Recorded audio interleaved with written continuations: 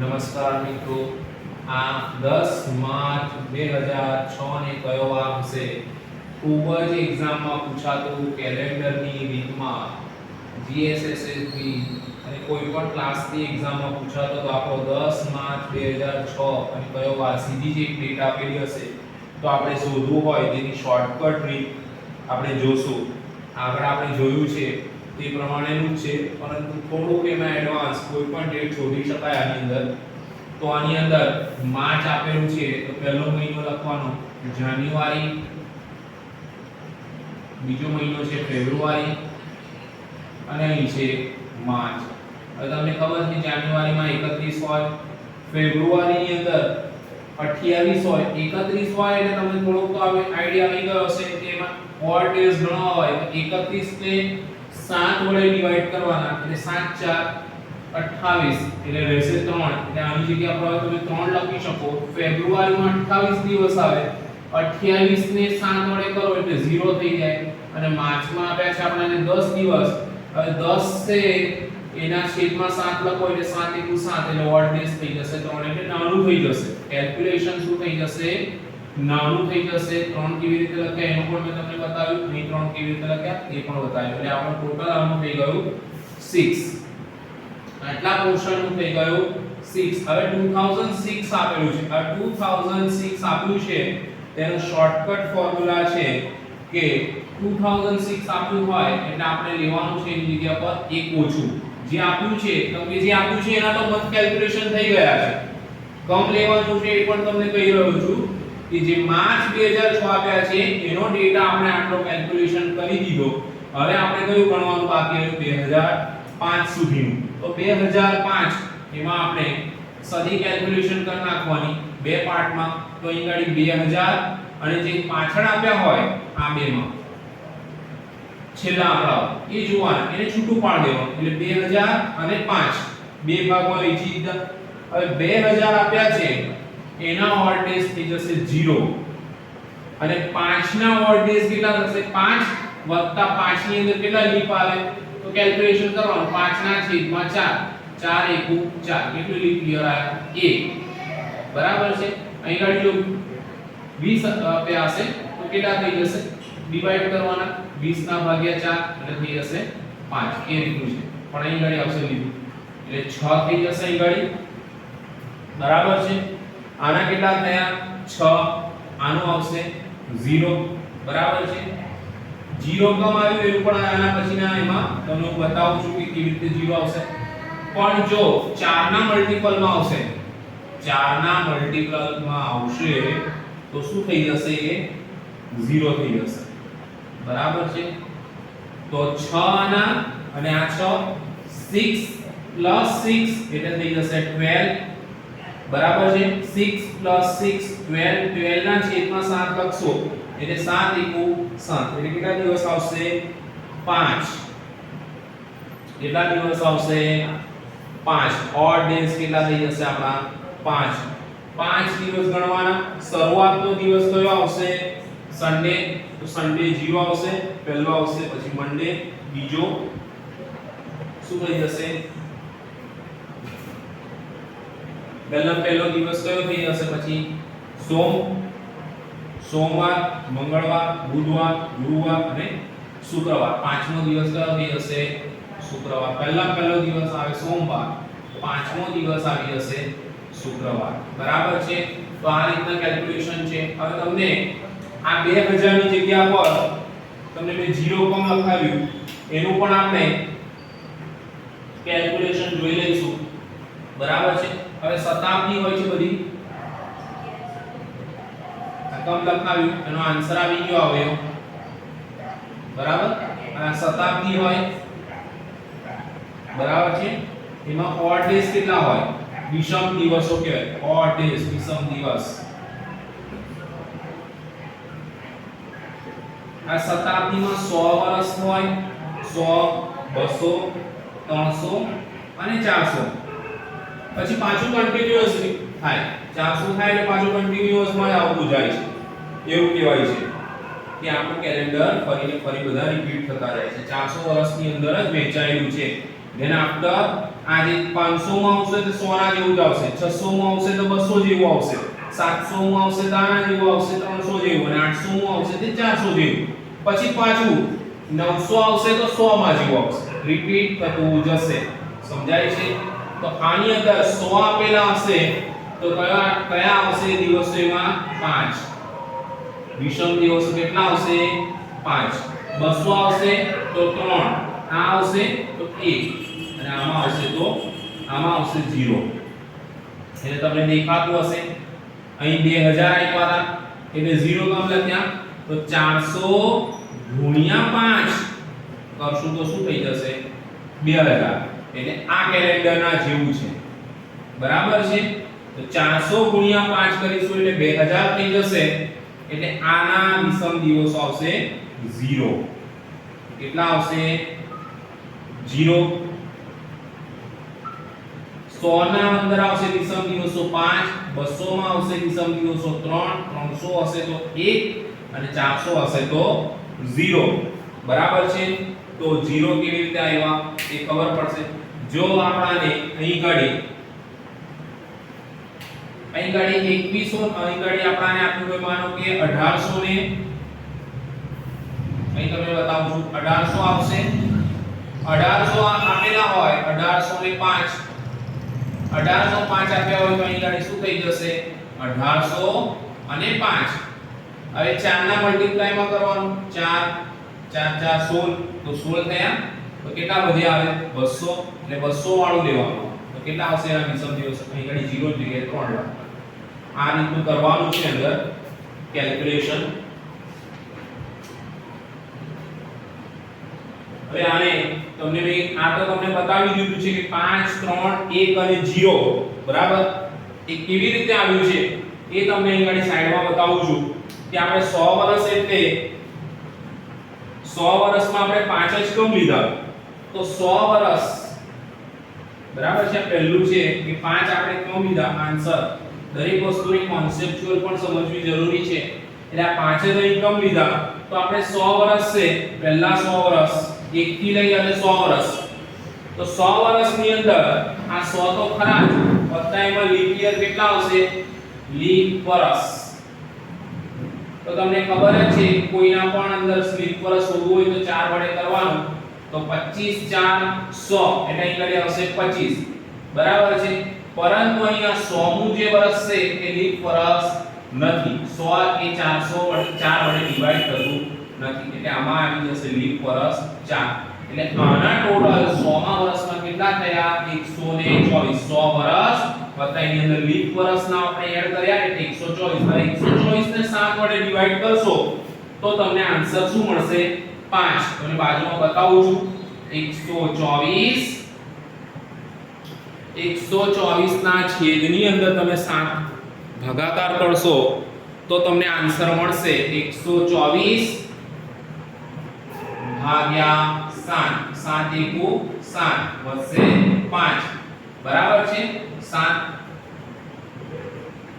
7 49.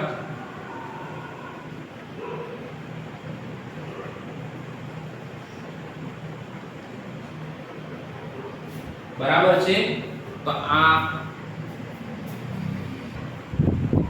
તો આપણા અહીં ગાડી 124 ને 7 એકુ 7 કર્યા, 54 5 ઉતર્યા, ઉપરથી ઉતાર્યા 4, 7 49. એટલે કેટલા વધ્યા? અહીં તમે જોતા હશો 5, જે અહીં લખ્યા છે તમને 5.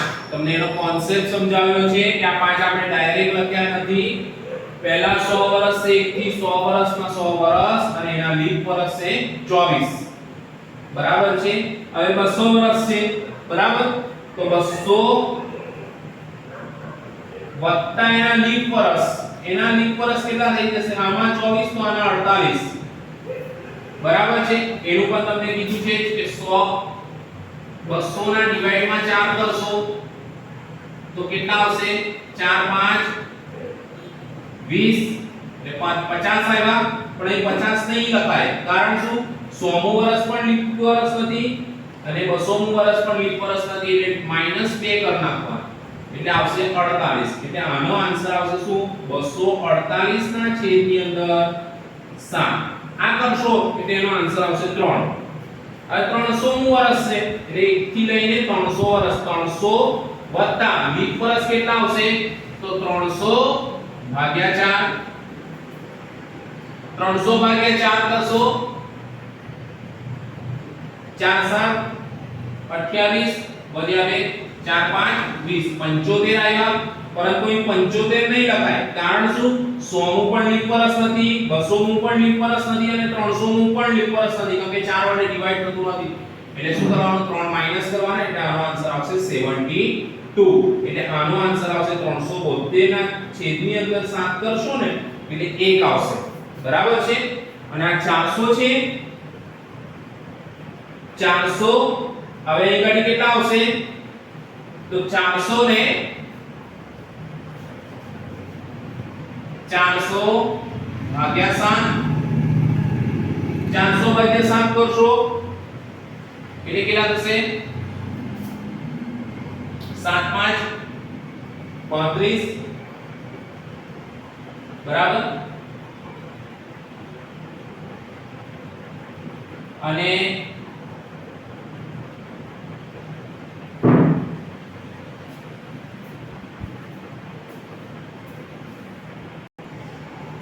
આમાં 400 વર્ષ આપ્યા છે એમાં લીપ વર્ષ શોધવાના છે એટલે 400 ના છેદમાં 4 એટલે આન્સર આવશે આમાં 100 પરંતુ આમાં કેટલા માઈનસ કરવા પડશે આ પણ લીપ વર્ષ નથી આ પણ લીપ વર્ષ નથી અને આ પણ લીપ વર્ષ નથી આ 400 મુ એ લીપ વર્ષ એટલે આમાંથી 3 માઈનસ કરવા પડશે એટલે આનો આન્સર શું આવશે 97 લીપ વર્ષ એટલે આમાં શું થઈ જશે આનો આન્સર થઈ જશે 497 એને ભાગ્યા 7 કરશો તો ઓડ ડેઝ આવશે એનો 0 બરાબર છે તમને અહીં આગળ ઈઝીલી દેખાતું જશે 497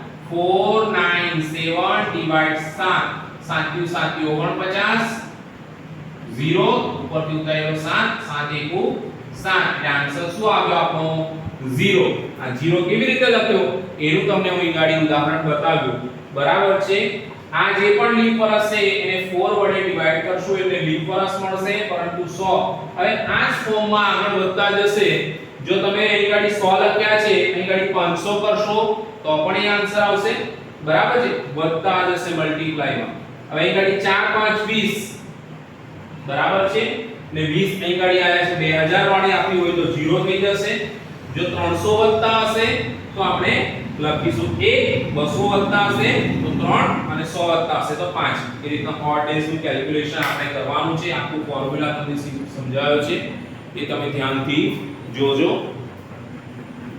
હવે આપણે એનો સેકન્ડ દાખલો જોઈએ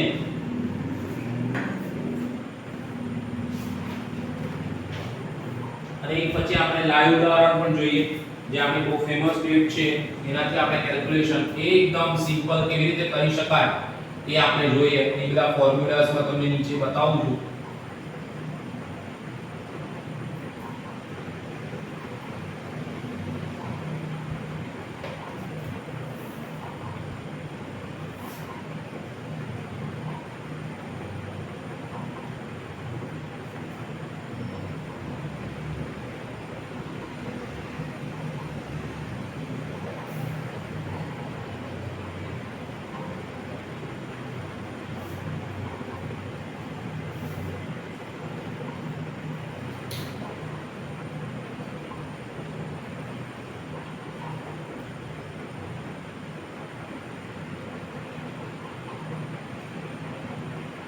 15 ઓગસ્ટ 1947 ના દિવસે કયો વાર હશે આપણાને ક્વેશ્ચન માં પૂછ્યું છે કે 15 ઓગસ્ટ એ કયો વાર હશે તો પહેલા તમારે આનું કેલ્ક્યુલેશન કરવાનું છે 15 ઓગસ્ટ સુધીનું તો પહેલો જાન્યુઆરી ફેબ્રુઆરી માર્ચ એપ્રિલ મે જૂન जुलाई અને ઓગસ્ટ આપણે ઓગસ્ટ સુધી જવાનું છે અને 1947 આપણું વર્ષ આપ્યું છે તો જાન્યુઆરીમાં તમને ખબર છે 31 દિવસ હોય એટલે ઓડ ડેઝ થઈ જશે 3 ફેબ્રુઆરીમાં 0 માર્ચમાં 3 એપ્રિલમાં 2 મેમાં કેટલા આવશે 3 જૂન 2 જુલાઈ 3 અને ઓગસ્ટ ની અંદર આપ્યા છે ડેટ 15 લખીશું નહીં, આપણે 1 લખીશું કેમ કે 15 ડિવાઇડ 7 કરી દેશો 7 2 14 એટલે 14 ગયા એટલે વધ્યો 1 કેવી રીતે લખ્યો તેનું કેલ્ક્યુલેશન તમને બતાવી દીધું છે એટલે 3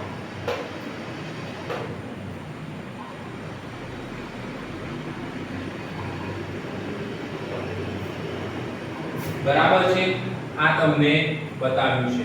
હવે આપણે 1947 આપણે 1947 નું કેલ્ક્યુલેશન અહીં ગાડી લખીશું।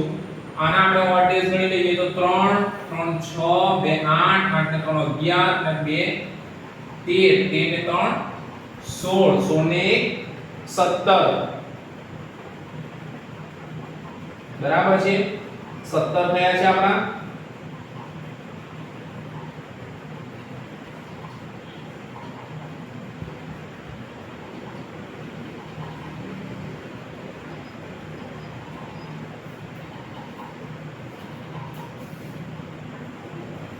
આનું આપણે ટોટલ કરીશું 3 3 6 6 ને 2 8 8 ને 2 10 10 ને 3 13 13 ને 3 16 16 ને 1 17 17 છેદમાં 7 એટલે 17 છેદમાં 7 એટલે 7 દુ 14 ઓડ ડેઝ આના વધ્યા 3 આપણા ઓડ ડેઝ કેટલા વધ્યા અહીં 3।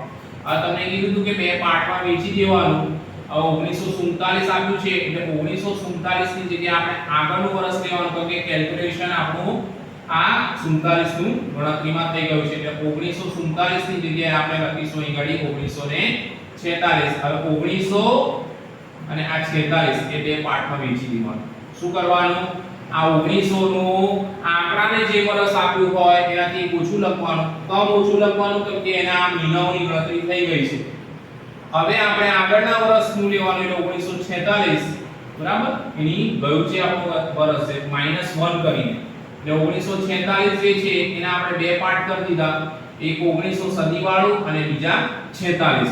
હવે 1900 છે એને મલ્ટીપ્લાય કરવાનો 4 નો 400 વડે એટલે 4 4 16 કેટલા થશે 4 4 16 એટલે 16 થશે એટલે આપણે 1900 જેવું હશે તો કેટલા વધશે 1700 1800 ને 1900 3 એટલે આપણો 300 વાળો ભાગમાં આવશે કયા વાળામાં આવશે 300 એટલે આનો ઓડ ડેઝ થઈ જશે 1।